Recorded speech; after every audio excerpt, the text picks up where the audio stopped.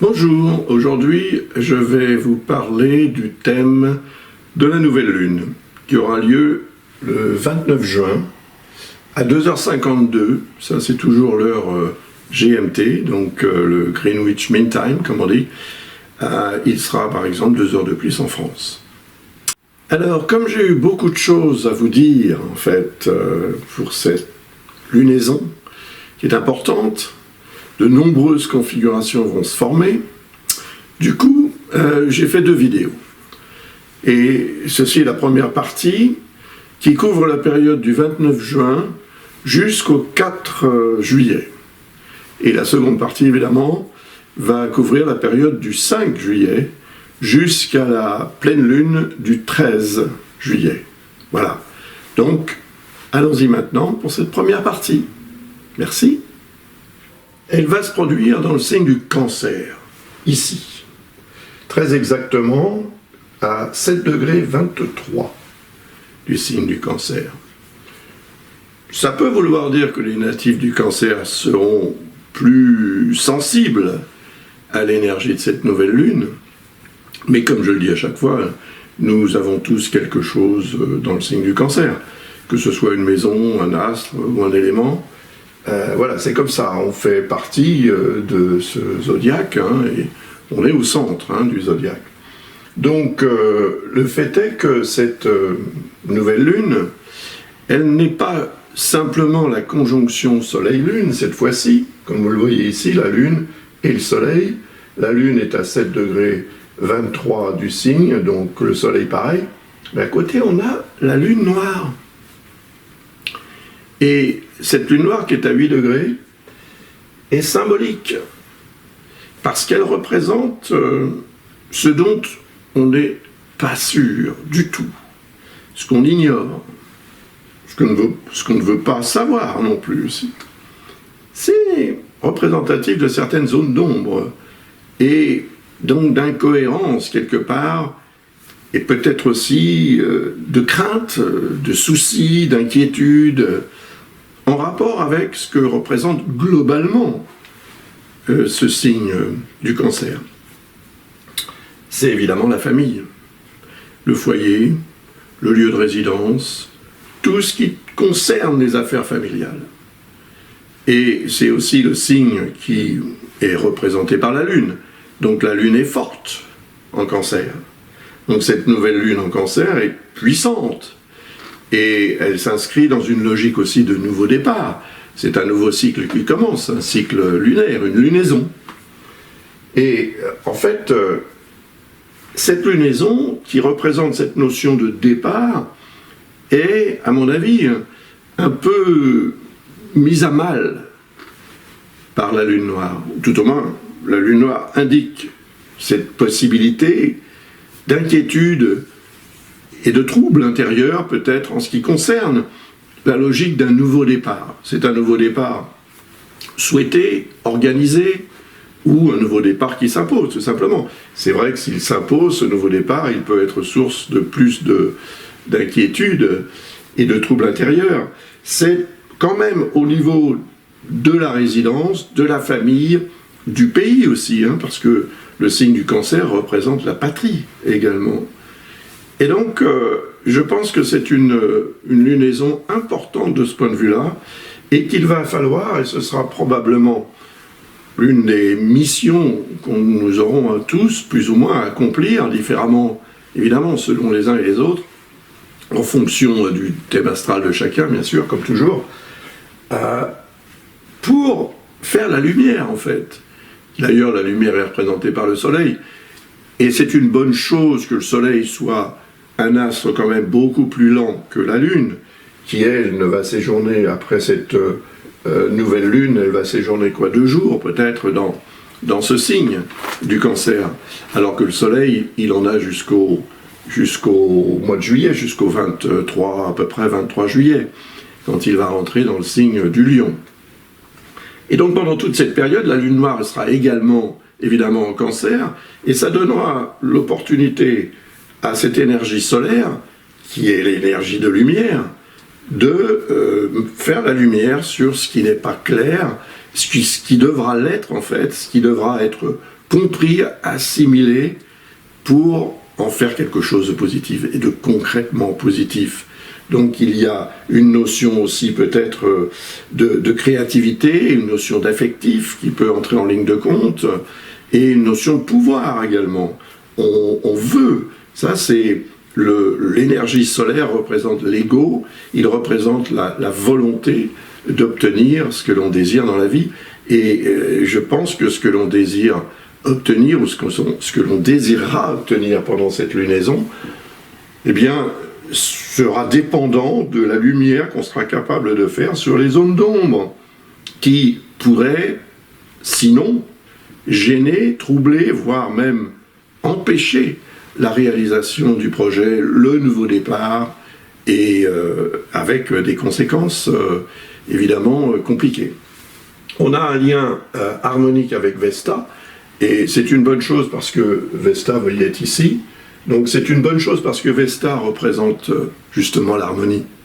Donc cette conjonction Soleil-Lune, Lune noire en harmonie avec Vesta, eh bien confirme ce que je viens d'expliquer à propos de la nécessité de faire la lumière, parce que faire la lumière d'une façon différente pour chacun d'entre nous probablement, eh bien sera la condition sine qua non pour profiter de l'énergie de Vesta, soit pour rétablir, soit pour restaurer, soit pour préserver l'harmonie, l'équilibre dans un domaine important. Vesta, pour moi, est associé au signe de la Balance, et c'est le 7e signe du zodiaque. Il est donc relié tout naturellement à la maison 7 astrologique qui représente le relationnel, le couple, le partenariat. Donc peut-être que c'est en partenariat avec quelqu'un, ou quelques-uns, puisqu'il peut y avoir plusieurs personnes, que la lumière pourra être faite, et que cette notion d'harmonie interviendra de façon positive pour favoriser l'aspect constructif de ce nouveau départ, en quelque sorte. Par contre, on voit que cette conjonction, Soleil, Lune, Lune noire, est en dissonance avec Jupiter. Jupiter est ici, en Bélier. Il n'est pas très loin de Chiron d'ailleurs, il n'est pas très loin de Mars. Mais il y a cette dissonance qui indique qu'en fait, quand Jupiter agit de cette façon, une tendance à l'exagération. Donc soit on exagère la zone d'ombre, qui est représentée par la Lune noire, et donc ça devient une source d'inquiétude plus importante, qui ne serait pas rationnelle d'ailleurs, soit on exagère dans le sens solaire, c'est-à-dire dans le sens de l'opportunisme, l'enthousiasme, qui peut aussi produire un dérapage, une erreur, en tous les cas. Donc, c'est vrai que la Lune peut influencer beaucoup les décisions qu'on prend, parce qu'elle joue sur l'émotionnel, et c'est le ressenti donc qui va s'exprimer, et peut-être avoir tendance à s'imposer, et à imposer par rapport à l'énergie de Jupiter, quelque chose qui sera trop important, qu'on aura du mal à gérer ensuite. Parce que c'est vrai que Jupiter représente la tendance qu'on peut avoir à voir trop grand, effectivement, à avoir trop d'ambition, trop de confiance en soi, ou trop de confiance en l'autre, enfin, voilà, et s'engager dans un nouveau départ qui serait peut-être exagérément compliqué au bout du compte, parce qu'on n'aurait pas pris suffisamment de précautions. On se serait laissé emballer et enthousiasmé par les apparences plutôt que par les réalités sur le terrain. Donc c'est ce que représente un peu ce genre de configuration. Tiens, avant de continuer cette analyse, je voulais vous rappeler qu'il y avait un webinaire en ligne que Lucas animera au sujet du long transit de Mars en Gémeaux. Donc j'en parlerai aussi dans une vidéo que je ferai à l'époque, puisque c'est un transit qui va durer plus de 7 mois, donc c'est très exceptionnel, et c'est ce caractère exceptionnel qui va faire de Mars en fait presque une planète lente, et dans ce sens, les énergies qui vont cohabiter ou essayer de cohabiter avec celles de Mars deviennent vraiment très, très intéressantes à analyser. Donc, n'hésitez pas, visitez le site de l'école Ablas, vous trouverez les informations pour vous inscrire et participer à ce séminaire le 25 juin à partir de 15 h. Maintenant, continuons avec l'analyse de ce thème. Comme je le disais tout à l'heure, la Lune va séjourner environ 2 jours après la nouvelle Lune dans le signe du Cancer. Alors, j'ai établi le thème du 30 juin à 20h15, GMT toujours, hein, donc 22h15 en France par exemple. La Lune sera ici, à 27 degrés, dans le signe du Cancer. Et qu'est-ce qu'on a en face? On a Pluton, qui est à 27 degrés 48, hein, c'est 27 degrés 48 aussi en bas, et Pluton est rétrograde. Cette rétrogradation est importante, parce qu'elle montre que Pluton est dans une phase en fait de réflexion plus que d'action, en stand-by si vous voulez, mais son énergie peut devenir plus compromettante dans le sens où l'énergie de Pluton c'est celle de la régénération. Donc si la régénération est en stand-by, ça peut indiquer qu'on aura un peu plus de mal finalement à se régénérer, ou un peu moins de volonté à le faire, un peu moins de capacité aussi, physiologique ou psychologique. Mais bon, la Lune sera également en dissonance avec Mars, qui est ici, dans le signe du Bélier. Fondamentalement, elle aura été également en dissonance avec Chiron, avant cette dissonance avec Mars. Donc avant 20h15, dans la journée du 30. Et c'est une période qui peut être marquée par des événements soudains. Mars représente cette soudaineté. Et cette énergie est puissante. L'énergie de Mars en Bélier, c'est son signe, hein, donc c'est le secteur du zodiaque dans lequel cette planète est la plus virulente en termes de diffusion d'énergie cosmique. Mars, c'est le dieu de la guerre. Donc il y aura probablement aussi des tensions à gérer. Et comme la Lune représente un degré d'émotionnel plus ou moins facile à gérer, plus ou moins aussi source d'influence, l'influence de cette Lune en Cancer au carré, comme on dit, de Mars et opposée à Pluton, peut être assez destructrice en fait, dans la façon de réagir, une façon de réagir assez radicale en fait, qu'on va probablement aussi, on va s'apercevoir que certaines personnes sont sous tension comme ça et qu'ils peuvent avoir tendance à déraper et à faire preuve d'une agressivité ou d'une réactivité évidemment excessive.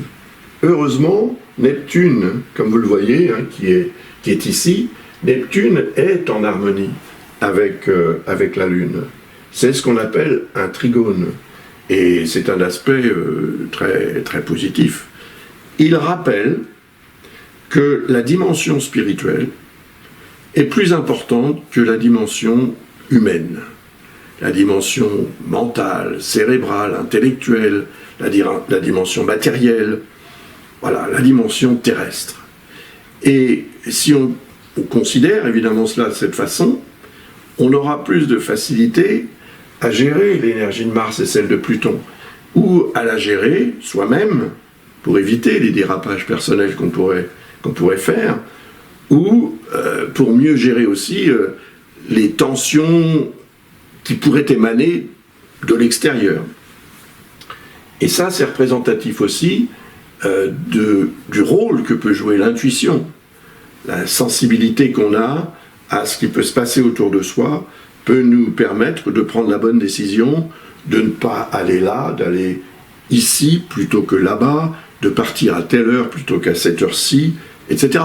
Pour, en fait, quelque part, parfois peut-être inconsciemment, se mettre hors du danger qui pourrait être représenté par ce genre de configuration. Parce que, outre le fait que la Lune, qui va rester très peu de temps, hein, à la fin du Cancer, vous voyez, elle est à 27, presque 28 degrés, il faut 4 heures pour sortir du signe, donc à 24 heures GMT, à 0 heure le 1er juillet, elle sera en Lion. Donc ça n'aura plus le même sens. Mais par contre, cette configuration-là, la dissonance entre Pluton qui est ici et Mars, elle va perdurer. Elle va perdurer jusqu'à ce que Mars change de signe pour passer en Taureau. Donc quelques jours quand même, pas très longtemps, mais quelques jours. Et ces quelques jours peuvent être effectivement assez tendus et source de dérapages, d'incidents, voire peut-être même d'accidents pour certains d'entre nous. Donc prudence quand même, parce que c'est une énergie qui va nous rendre plus impulsifs. Voilà. Et ensuite, on continue avec la carte du 1er juillet. Nous sommes le 1er juillet à 20h. Toujours, évidemment, GMT. La Lune est en Lion. Elle est en harmonie avec Jupiter, avec Chiron. Et un peu plus tard, elle sera le lendemain d'ailleurs, en harmonie avec Mars. Ça, c'est sympathique. Parce qu'en fait, elle permet de gérer ce que je viens d'expliquer, d'abord à propos de la dissonance Mars-Pluton, à propos aussi de Jupiter et Chiron qui seront en dissonance avec la Lune tant qu'elle sera dans le signe du Cancer, pour peut-être non seulement éviter les dérapages, si évidemment les choses ont été faites telles qu'elles doivent être faites pour que tout reste en ordre, au cours de la période quand la Lune transitera en Cancer. Et à ce moment-là, l'énergie diffusée par ce genre de configuration devient vraiment beaucoup plus positive. Et le 1er juillet, le 2 juillet également, l'énergie de la Lune, en accord avec ces trois-là, peut devenir vraiment une source d'action menée de façon positive, enthousiaste, et dans le souci de préserver l'harmonie, bien sûr, et de faire preuve de diplomatie si c'est nécessaire. En tous les cas, c'est symbolique d'une augmentation de l'efficacité. Et c'est une efficacité émotionnelle quand même, parce que la Lune représente la part d'émotionnel qui réside en nous. Donc c'est cette part qui va avoir son rôle à jouer pour déclencher les meilleures choses de la vie. Alors évidemment, ça va s'exprimer différemment selon le thème de chacun. On voit également ici un sextile avec Vénus, qui est là, hein, dans le signe des Gémeaux. Donc ce sextile, c'est un lien harmonique, c'est un angle d'environ 60 degrés qui sépare les deux éléments. Eh bien, c'est symbolique aussi là, de l'apport d'affectif qui est représenté par Vénus, de l'apport de créativité, d'augmentation de cette créativité, qui peut être très utile aux artistes, mais qui sera très utile à tout le monde, en fait, pour mieux communiquer et profiter de la vie, soit en famille, parce que la Lune, encore une fois, vu que cette lunaison se produit, cette nouvelle Lune se produit en Cancer, comme je l'ai dit tout à l'heure, ça a un rapport avec la famille, le foyer et le lieu de résidence. Mais il y a quand même un quinconce avec Vesta qui est ici, n'est-ce pas ? Et Vesta qui est là remet peut-être en cause le souci en rapport avec cette notion d'harmonie. Si on agit avec le doute en soi, on peut commettre une erreur. Et si cette erreur est commise, elle peut aussi, elle, remettre en question les belles énergies diffusées par Jupiter, Chiron et Mars un peu plus tard, le lendemain. Et ça, Chiron représente aussi les questions de santé. Donc c'est la santé en tant que telle, mais c'est aussi la santé au sens beaucoup plus large du terme, santé professionnelle, santé financière, etc. Donc, agissons par rapport à Jupiter et à Chiron dans un premier temps, ainsi qu'à Vénus, pour faire en sorte que ce 1er juillet soit une bonne journée, une belle journée, source aussi de motivation pour continuer d'avancer dans la vie. Ensuite, on va parler du 3 juillet. Le 2 juillet, donc, il y aura une énergie positive qui va s'amorcer avec Mars, comme on l'a vu tout à l'heure, mais elle se confirme le 3. Vous me direz, on est le 3 à 2h du matin. Donc ça veut dire que ça aura agi une bonne partie du 2 juillet. Et ça, c'est intéressant. Par contre, il faut aussi prendre note. Hein, ici, on a la Lune, et ici, on a Uranus, n'est-ce pas ? Et cet Uranus, il peut devenir une source d'électrification de l'énergie lunaire. L'énergie lunaire, c'est émotionnel, on l'a vu tout à l'heure. Et Uranus, c'est la charge électrochimique dont notre corps et nos neurones ont besoin pour fonctionner. Donc, quand cette charge est en discorde avec la Lune, cela indique évidemment un moment de fébrilité émotionnelle qui peut déclencher des changements d'humeur. Mais on a le nœud lunaire nord qui est là. Et ce nœud lunaire nord, il est intéressant parce que il indique en fait que ce vers quoi on doit aller, qui est représenté par le nœud nord, c'est un but à atteindre, c'est un objectif que vous avez, c'est un projet. Quoi que ça puisse être, c'est quand même important, parce que ça va déterminer un peu plus tard, en fin juillet par exemple, Mars va arriver à la longitude d'Uranus et du nœud lunaire nord. Fin juillet, début août, peut représenter un moment extrêmement important. J'en parlerai dans la prochaine vidéo que je ferai au sujet de la pleine lune. Mais en fait, cette dissonance-là, elle est, on pourrait presque dire, compensée par Saturne. Saturne est ici, hein, il est à 24 degrés du signe du Verseau, donc il sera exactement opposé à la Lune. La Lune va servir de déclencheur. On a une dissonance entre Saturne et Uranus depuis que Saturne est en Verseau en fait, c'est-à-dire depuis mars 2020, avec une affirmation en décembre 2020.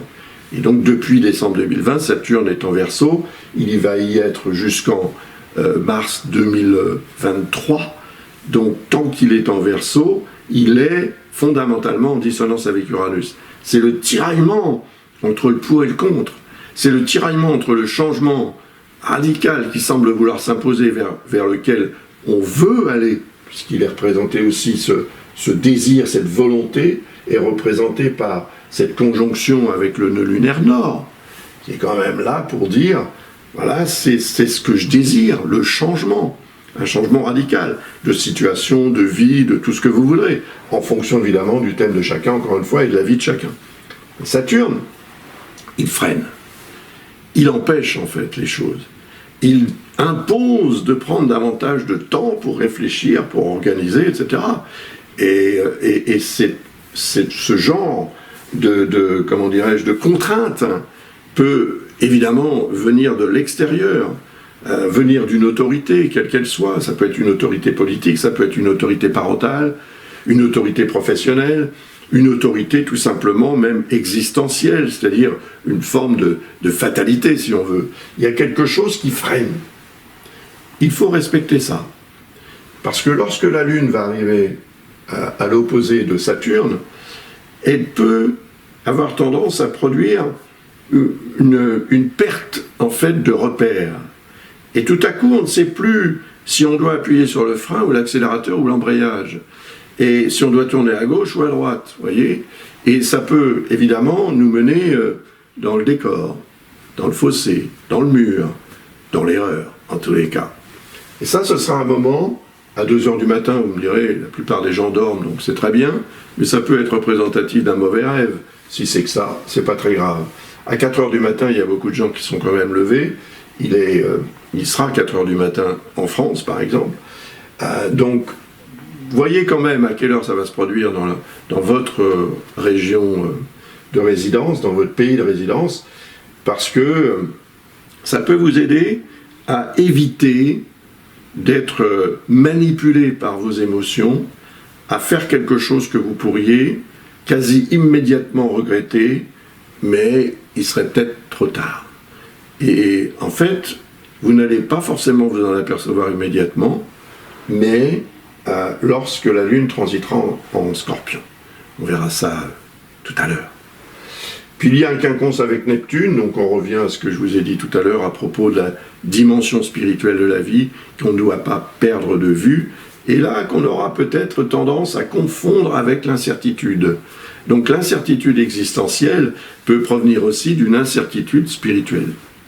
Voyez comment vous pouvez adapter ce que je suis en train de vous expliquer à votre propre existence, bien sûr, ou à la vie de certaines personnes autour de vous. À propos, j'aurais aussi souhaité vous rappeler les livres que je propose sur le site de l'école Ablas, il y a le cours d'astrologie qui donne accès quand même à 16 vidéos gratuitement. Vous m'envoyez la preuve d'achat, je vous envoie les vidéos. Il y a des informations là-dessus sur le site de l'école Ablas, donc n'hésitez pas à le visiter. Il y a le livre sur les transits planétaires, si ça vous intéresse de plonger un petit peu dans l'univers du prévisionnel en astrologie, c'est très intéressant. Et il y a également un ouvrage sur l'astrologie karmique. Donc les deux derniers que je viens de mentionner, les transits et l'astrologie karmique, donnent accès, pour vous remercier en fait de votre confiance et de votre intérêt pour mon travail, vous donneront accès à une réponse gratuite à une question de votre choix. Et vous trouverez aussi les informations sur le site. Donc n'hésitez pas, parce que finalement la réponse que vous recevrez peut vous être extrêmement utile pour progresser dans un domaine qui soit vous pose problème, soit pose question, de toute manière. Voilà, maintenant je continue avec le transit suivant de la Lune dans le signe de la Vierge.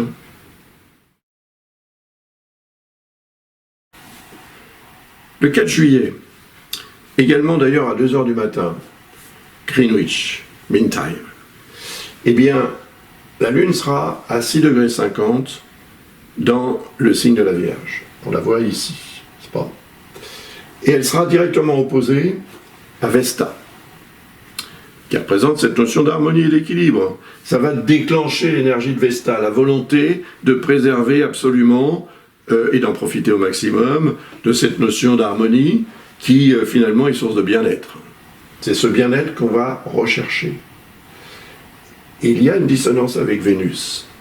Il ne faudrait pas que Vénus, qui est ici, devienne tout à coup une source de perturbation, car en fait si la Lune représente l'émotionnel et que Vénus représente les sentiments, l'amour, on reconnaît évidemment très spontanément qu'un sentiment déclenche des émotions.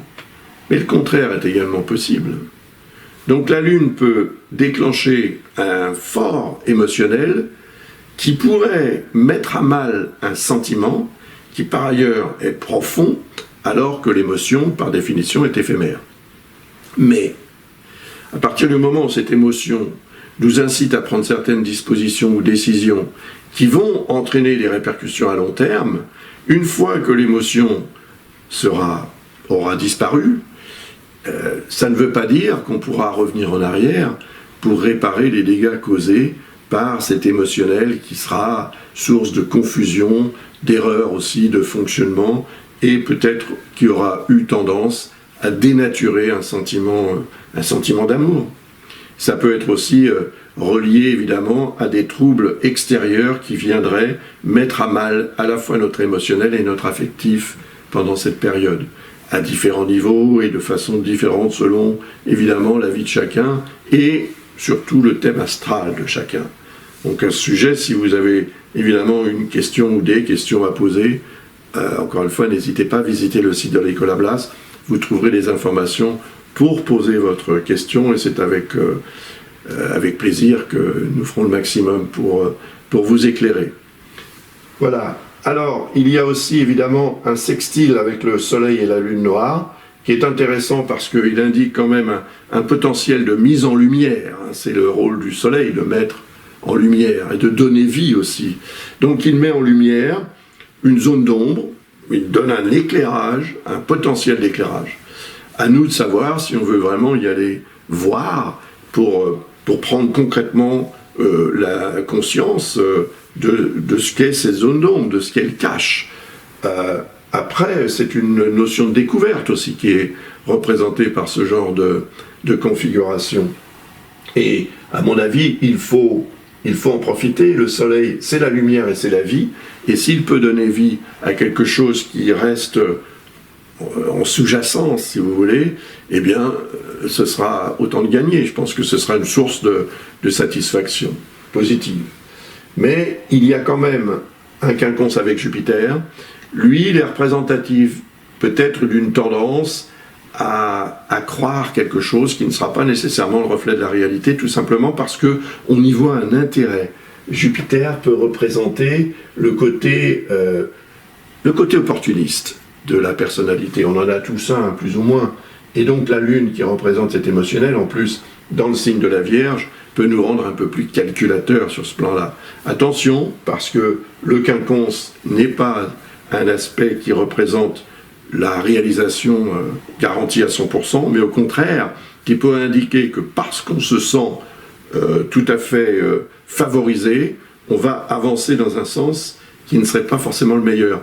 Ou bien, au contraire, on va se sentir sûr de soi et on va se dire, un peu comme la fable du lièvre et de la tortue, j'ai le temps, je cours beaucoup plus vite qu'elle et j'arriverai de toute façon avant elle.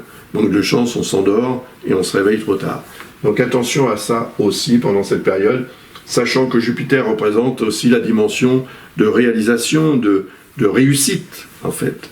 Et puis tout ce qui concerne aussi l'aspect administratif, juridique ou légal. Si vous êtes dans une situation de ce genre, il faudra peut-être prendre une disposition beaucoup plus claire, nette et précise ce jour-là, le 4 juillet. Alors à 2h du matin, encore une fois, ça fait un petit peu tôt pour prendre des décisions, mais ce sera aussi certainement très fort pendant une grande partie de la journée. Ça va rester dans l'énergie de ces configurations pendant la majeure partie de la journée.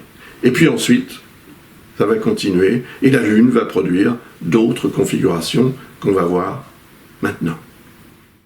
Voici donc la fin de la première partie, et je vous invite évidemment à regarder la deuxième partie dès maintenant, ou quand vous en aurez envie. Elle couvre la période, je le répète, du 5 au 13 juillet.